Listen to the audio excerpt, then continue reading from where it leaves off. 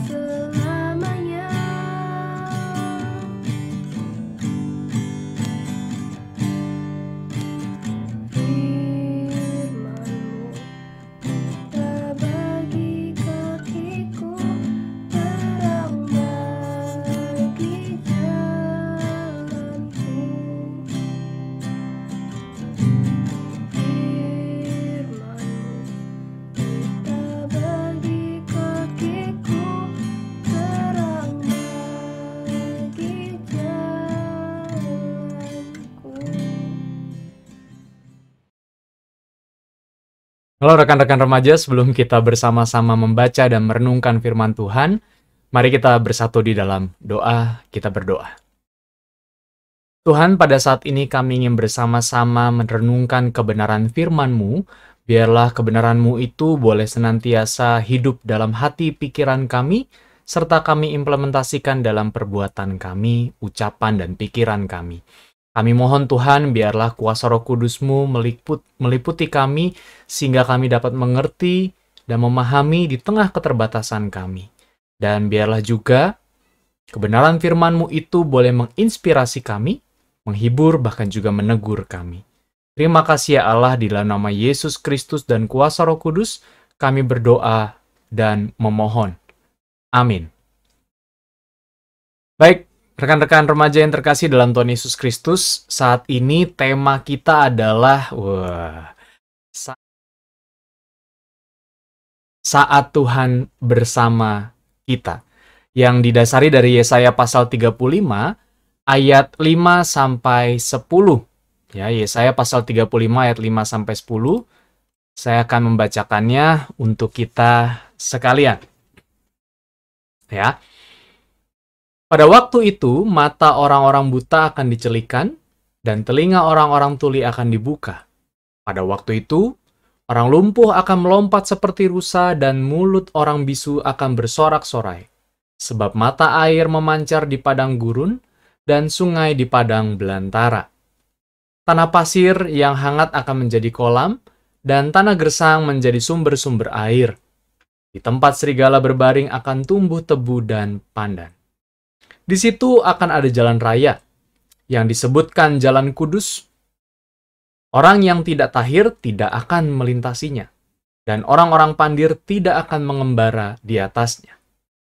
Di situ tidak akan ada singa.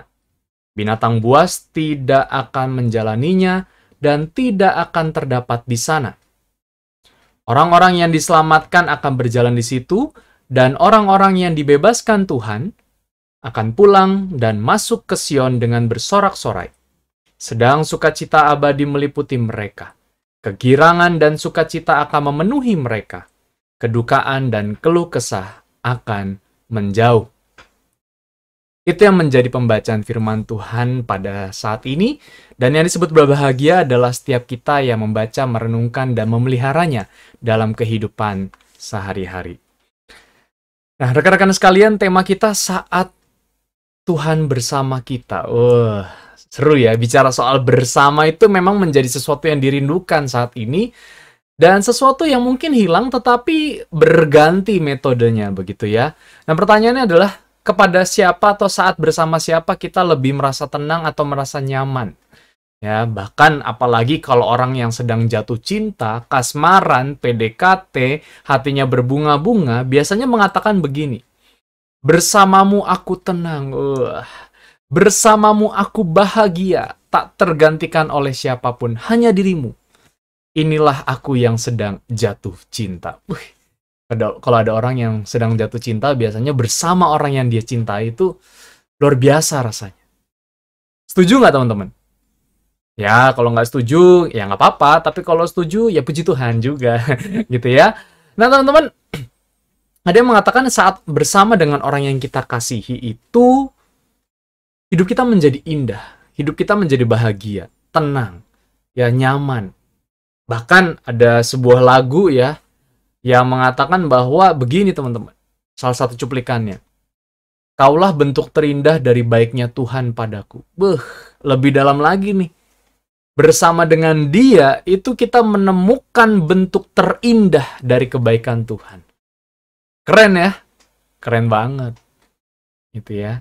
Tapi teman-teman, sadar atau tidak, bersama dengan orang lain, tentu ada indahnya, tentu ada bahagianya. Saya percaya dan saya meyakini itu.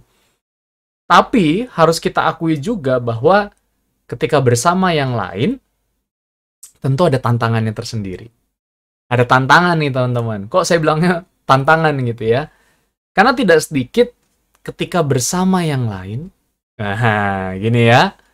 Memang semuanya terasa indah sampai saatnya musim diskon tiba. Yang tadinya pacaran begitu ya. Ayang bebnya, sayang beli ini, beli ini, beli ini ya. Ya boleh ya, boleh ya. Kita sebagai yang ngeluarin duit langsung tak berkutik dan ya udahlah kasih aja begitu ya. Jadi bagi mereka bersama kita itu senang. Kenapa? Karena dompet kita tebel. Bagi mereka bersama kita senang. Kenapa? Makan gratis, semuanya aman, apa yang melekat dalam tubuh kita yang kita pakai semuanya pasti terjamin. Begitu kan? Sama kayak teman-teman milih kelompok kalau disuruh kerja kelompok. Cari pasti yang bisa diandalkan. Setuju? Setuju. Apalagi? Yang pasti kalau sama dia kerjanya cepet. Kenapa? Karena kita pengen pas lagi kerja kelompok, dia yang kerja, kita yang hore-hore.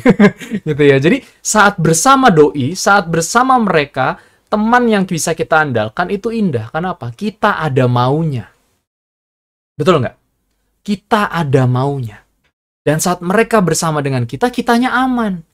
Ada yang backup, ada yang nemenin, ada yang ini, kitanya menjadi untung. Sama seperti meme ini, betul nggak sih? Atau mungkin, ya Pak gimana orang saat ini lagi nggak bisa kemana-mana. Betul nggak? Ketemu teman aja nggak bisa. Maka sebagian besar anak remaja, anak pemuda, itu merasa bahwa cinta yang sempurna, gitu ya, ada sebuah lagu yang berada bersamamu, mengajarkanku, iya kan? Apa artinya kenyamanan, kesempurnaan, iya kan? Ada kan lagu begitu ya? Tapi karena di tengah pandemi kita nggak bisa ketemu kemana-mana, maka berada bersama ini jauh lebih nyaman. Setuju nggak? Apa artinya kenyamanan dan kesempurnaan ketika kita berada bersama dengan WiFi? Entah WiFi, entah kuota, entah colokan, nyaman banget. Setuju nggak teman-teman ya? Jadi saat ada WiFi bersama kita, hidup kita tenang. Saat ada kuota bersama dengan kita di HP kita, semua pekerjaan beres. Setuju? Ya setuju lah. Saat ini di tengah pandemi, ya internet yang kita andalkan mau nggak mau. Karena apa? Semua kegiatan online sampai kita udah pada capek, bosen, bahkan ada yang lelah gitu kan. Nah, di sini kita mau belajar teman-teman bahwa saat ada yang lain bersama dengan kita, itu adalah sesuatu yang indah, tetapi juga penuh tantangan. Mungkin tantangannya adalah sesuatu yang tidak sesuai dengan yang kita harapkan. Kita pengen ada orang lain bersama dengan kita, mama, papa, ya kan? Berada di rumah, tapi ternyata saking seringnya bareng-bareng malah timbulnya perselisihan, berantem, ya. Hidup di rumah itu rasanya nggak enak. Saking bersama-samanya dengan teman yang kita berharap kita dimengerti, dipedulikan, ternyata iya benar dipedulikan dan diperhatikan saat bersama kita. Tapi saat kita nggak bersama dengan mereka, kita jadi bahan omongan. Atau mungkin saat bersama dengan mereka, atau mereka bersama dengan kita, justru kita malah mendapatkan kerugian yang amat besar rasanya. Ya, kita dimanfaatin doang. Kita tidak dihargai, tetapi kita cuman dimanfaatin. Nah, itu kan yang lebih menyakitkan. Maka dari itu, teman-teman, hari ini kita mau bersama-sama belajar satu tema saat Tuhan bersama kita. Apa yang terjadi sih ketika Tuhan bersama kita, atau sebaliknya ketika kita berada bersama dengan Tuhan? Ya, apakah kita seperti yang tadi gitu ya? Ya, apa namanya? Saat Tuhan bersama dengan kita, kita aji mumpung. Ya, kita aji mumpung, kita manfaatin Tuhan aja. Atau seperti apa? Ya, apakah juga kita seperti orang yang sedang jatuh cinta, selalu merasa bahagia saat Tuhan bersama dengan kita? Atau jangan-jangan ya, jangan-jangan teman-teman udah merasa Tuhan itu nggak ada bersama dengan kita. Karena apa? Kok hidup kita gini-gini terus? Ya. Dan jangan-jangan Tuhan sudah tergantikan dengan apa? Dengan hal-hal yang membuat kita merasa lebih senang dan bisa lebih bahagia. Uang, apalagi? Game, apalagi? Film, ya kan? Dan lain sebagainya yang kemudian kita merasa bahwa udahlah kita nggak butuh Tuhan. Nah teman-teman, kita mau belajar bersama-sama dari Yesaya pasal 35 ayat 5-10, di mana di sini bicara soal ketika Tuhan itu menyelamatkan. Kalau teman-teman baca pasal sebelumnya, pasal 34, itu adalah sesuatu yang kontras dari Yesaya 35 ini. Kenapa? Karena Yesaya 34 itu menyatakan tentang bagaimana ketika Tuhan menghukum orang-orang yang berdosa. Tetapi di ayat 30, pasal 35, Tuhan menjelaskan bagaimana, ya melalui perantara Nabi Yesaya tentunya, ketika Tuhan menyelamatkan dan bertindak, apa yang akan terjadi? Yang tadi kita baca, ayat 5-10, itu adalah tanda-tanda kehadiran Tuhan bersama dengan kita. Tanda-tanda di mana Tuhan hadir, Tuhan bersama, Tuhan berkarya dengan kita dan untuk kita. Yang di sini di dalam kitab Yesaya ditampakkan bagaimana Tuhan mengubah atau melakukan transformasi-transformasi kehidupan. Apa aja sih yang terjadi ketika Tuhan bersama dengan kita? Atau saat Tuhan melakukan karyanya untuk kita, teman-teman. Yang pertama terjadi transformasi manusia di ayat 5 sampai ayat 6 yang tadi kita baca. Bahwa orang buta menjadi melihat, orang lumpuh bersorak-sorai. Tentu ini bukan sesuatu kayak misalnya sulap gitu ya. Ya, kan banyak tuh ya, didoakan tiba-tiba langsung sembuh dan segala macam. Bukan berarti kita meragukan kuasa doa, tetapi transformasi manusia yang dimaksudkan di dalam kitab Yesaya ini bukan seperti magic, tapi sebuah pembaruan manusia. Yang tadinya buta, tapi dia tetap bisa melihat dengan mata batinnya, mata hatinya. Ya, walaupun dia tadinya mengalami keterbatasan, mengalami kelumpuhan, dan lain sebagainya, oleh Tuhan kita, ketika Tuhan bersama dengan kita, ada perubahan yang dilakukan oleh Tuhan di dalam diri orang tersebut, di dalam diri kita. Sehingga ketika manusianya ditransformasi nih teman-teman ya, terjadilah transformasi keadaan. Makanya tadi dikatakan ya, tanah gersang menjadi tanah yang penuh dengan tanaman, tumbuh-tumbuhan, bahkan pohon tempat serigala berteduh itu tumbuh pandan dan tebu. Ya teman-teman ya, jadi ini mau mengatakan bahwa ketika Tuhan bertindak, alam semesta yang rapuh, yang bahkan rusak pun bisa diperbarui oleh Tuhan. Keadaannya bisa ditransformasi. Ya, yang tadinya tidak menghasilkan jadi menghasilkan. Itu semua dari apa? Dari kuasa Tuhan. Tuhan yang bertindak, Tuhan yang berkarya. Maka dari itu teman-teman, ketika Tuhan mentransformasi manusia, baik itu secara fisik, secara mental, bahkan juga kehidupannya, sehingga dan juga mentransformasi keadaan yang ada di sekitar, yang tadinya gersang menjadi tumbuh, subur, dan lain sebagainya, maka di sini terjadi transformasi perasaan teman-teman. Yang tadinya penuh dengan keluh kesah, yang tadinya penuh dengan penderitaan, duka, itu Tuhan transformasi menjadi sukacita dan damai, berpengharapan. Ini menjadi menarik ketika Tuhan bersama dengan kita, gitu ya teman-teman ya. Mungkin itu sesuatu yang tadinya kita nggak pikirkan, tetapi itu dirancangkan oleh Tuhan. Tuhan mengubahkan, ya, Tuhan membarui. Artinya teman-teman, ini hal yang penting buat kita pertama-tama. Indahnya bersama dengan Tuhan ataupun juga saat Tuhan bersama dengan kita harus mengimani hal ini. Yang pertama adalah tidak ada yang tidak bisa Tuhan kerjakan, Tuhan ubahkan, bahkan Tuhan perbaharuikan. Nggak ada yang nggak bisa Tuhan lakukan itu semua, teman-teman. Ya, termasuk ketika saat ini kita masih berada dalam situasi pandemi. Kita mengimani dan meyakini nggak ada satupun yang tidak bisa Tuhan kerjakan ketika saat ini pandemi sedang berlangsung. Bahkan perbaharuikan. Manusia aja Tuhan bisa perbaharui. Tuhan bisa ubahkan. Bahkan tadi transformasinya baik itu secara fisik dan seluruhnya. Menyeluruh nih teman-teman.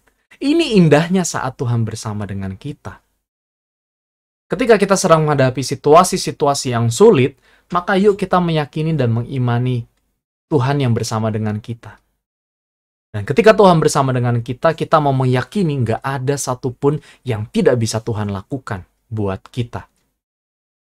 Dan yang kedua teman-teman, yang mau kita renungi dan hayati bersama, indahnya saat bersama dengan Tuhan, atau saat Tuhan bersama dengan kita adalah tidak ada pergumulan atau persoalan yang tidak berada dalam kuasa kendali dan pertolongan Tuhan. Wah, ini menarik sekali ya. Ini menarik sekali teman-teman. Nggak ada satupun pergumulan atau persoalan yang tidak berada dalam kuasa kendali dan pertolongan Tuhan. Saat kita sakit, saat mama papa kita sedang susah, saat keadaan kondisi keuangan finansialnya sedang melorot, sedang sulit, sedang struggle luar biasa. Nggak ada satupun yang tidak ada dalam kuasa kendali Tuhan. Apalagi kuasa pertolongan Tuhan. Itu tuh yang Tuhan lakukan saat bersama dengan kita. Tapi kadang-kadang teman-teman, kadang-kadang ketika udah pergumulan dan persoalan terjadi, kita justru yang merasa Tuhan itu nggak pegang kendali atas hidup kita. Dan Tuhan itu tidak menolong. Saat kita sulit dalam ujian, saat kita sulit dalam pergaulan, pertemanan, relasi, entah itu bersama dengan orang tua, kakak adik, bahkan teman-teman, ya, kita merasa, aduh, kok gini amat ya Tuhan, gitu kan? Nah teman-teman, satu hal yang ingin ditegaskan di dalam firman Tuhan hari ini adalah pergumulan dan persoalan saja bisa Tuhan ubahkan. Artinya nggak ada yang di luar kendali Tuhan. Tanah gersang saja bisa diubah menjadi tanah yang subur. Ada jalan yang mulus yang dipersiapkan buat orang-orang yang takut akan Dia, yang taat pada Dia. Tidak pandir, ya, tidak dablek, itu ya. Tapi itu juga tuh yang harus kita ingat syaratnya. Kita pun harus punya sikap yang tepat untuk mengikut Tuhan. Kita mengimani ini, iya, saat Tuhan bersama dengan kita. Apalagi di tengah pergumulan. Nah, di tengah pergumulan jangan sampai sikap hidup kita pun justru bertentangan dari apa yang Tuhan kerjakan. Dari apa yang Tuhan perintahkan. Kamu pengen lulus, pengen naik kelas, pengen survive, pengen masa depannya baik, tapi kamu nggak pernah masuk kelas. Nggak pernah menghormati setiap pembelajaran guru. Ya, kamu nggak pernah mengindahkan apa yang diajarkan, apa yang dinasehati oleh orang tua kepada kalian. Itu sama aja kalian membangkang dari apa yang telah Tuhan hadirkan buat kita. Khususnya juga di tengah pergumulan dan persoalan yang kita hadapi. Tapi kita abai begitu saja. Ya. Nah, teman-teman, yang terakhir juga kita pahami dan hayati bersama, yuk. Indahnya saat Tuhan bersama kita itu, kita mau diingatkan bahwa tidak ada satupun pribadi yang luput dari perhatian dan penyertaan Tuhan. Saat saya sendiri, kesepian, mungkin nggak ada orang yang menyapa gitu ya. Sadar atau tidak, Tuhan itu bisa menyapa kita lewat apapun, lewat bentuk apapun. Kicauan burung, apalagi? Ya, gonggongan anjing, apalagi? Sapaan tukang bakso yang lewat depan rumah walaupun kita nggak beli, kan gitu. Ya, itu cara Tuhan menyapa, cara Tuhan memperhatikan kita. Namun seringkali karena beban yang kita alami, kita tidak melihat itu sebagai sapaan Tuhan. Teman-teman, kehadiran Tuhan bersama dengan kita itu bisa berbagai macam cara. Bisa berbagai macam bentuk, bahkan peristiwa. Guntur geledek pun bisa menjadi cara Tuhan menyapa kita. Ya, yang di sini yang mau diajarkan adalah saat Tuhan bersama dengan kita, kita yang mungkin saat ini sedang sendiri, merasa sepi, merasa nggak ada yang perhatikan. Pada hakikatnya, pada dasarnya Tuhan tidak pernah meluputkan kita dari perhatian dan penyertaan Tuhan. Semua itu untuk mendatangkan damai sejahtera buat kita, sukacita buat kita. Maka dari itu teman-teman, yuk alamilah dan rasakanlah kehadiran Tuhan dalam berbagai hal di hidup kita. Temukan itu, hayati itu, sehingga kapanpun, pada saat dimanapun, dan bagaimanapun kondisi kita, kita selalu berkata, Tuhan bersama dengan kita. Tuhan selalu hadir untuk kita. Tuhan menguatkan kita bersama. Amin. Oke teman-teman, tadi kita sudah bersama-sama mendengarkan firman Tuhan yang disampaikan oleh Bapak ABS. Nah, semoga firman Tuhan tadi dapat mengingatkan kita untuk dapat melihat karya-karya keselamatan Allah yang ada pada diri kita dan memfokuskan diri kita terhadap karya keselamatan itu. Nah, sekarang untuk merespon firman Tuhan tadi, marilah kita bersama-sama menyanyikan lagu Tak Ku Tahu Kan Hari Esok.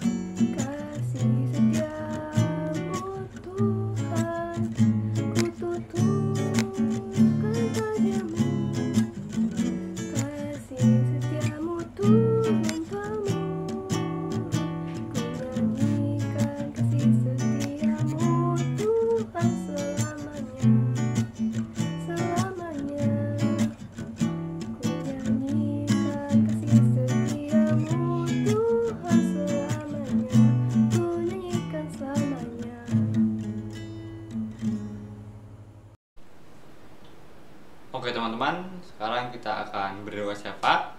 Jadi nanti doa syafaat akan didoakan oleh teman-teman yang bertugas, dan nantinya doa syafaat akan aku tutup dan bersama-sama kita menyanyikan lagu Bapa Terima Kasih. Selamat malam Tuhan Yesus. Pada malam ini kami berjumpa untuk berterima kasih atas berkat yang Kau berikan kepada kami semua sepanjang hari ini. Dan juga kami ingin berterima kasih atas nafas kehidupan dan juga makanan yang sudah kami konsumsi hari ini ya Tuhan. Tuhan, kami juga ingin meminta maaf atas dosa-dosa yang telah kami perbuat hari ini. Kiranya Engkau mau memaafkan kami dan kiranya Engkau juga mau mengajar kami agar bisa menjadi lebih baik Tuhan.